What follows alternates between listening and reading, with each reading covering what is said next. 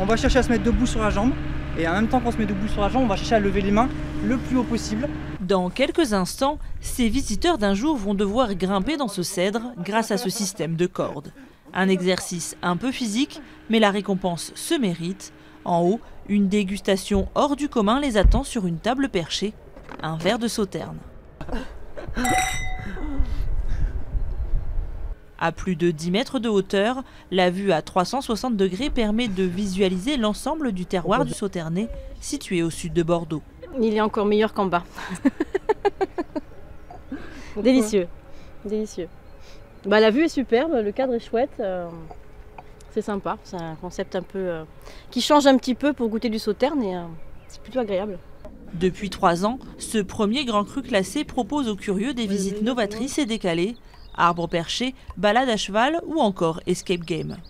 C'est effectivement décalé, on a tout âge qui sont montés aujourd'hui en dégustation perchée, mais c'était aussi l'objectif, c'est d'être perché, de renvoyer une image plus dynamique, plus jeune. C'est aussi une façon de montrer qu'on peut boire du Château de Rennes-Vigneaud dans toutes les conditions. Et ça marche, la maison a doublé sa fréquentation touristique en 2 ans. Dépoussiérer l'image de ce vin liquoreux, c'est la nouvelle politique du Sauternais. Avec moins de 2% des surfaces viticoles de Bordeaux, la petite appellation du Sauterne peine à attirer les touristes face aux grands noms du Médoc ou de Saint-Émilion. Mais 2018 sonne le renouveau. Un premier restaurant vient d'ouvrir au cœur même du grand cru classé Château-Guiraud.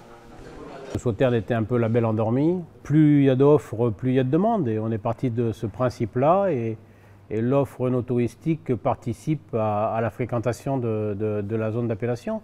Et les viticulteurs ont mis un petit peu de temps à se mettre en marche, mais je crois que le mouvement est devenu important, oui. Les petits producteurs veulent aussi tirer leur épingle du jeu.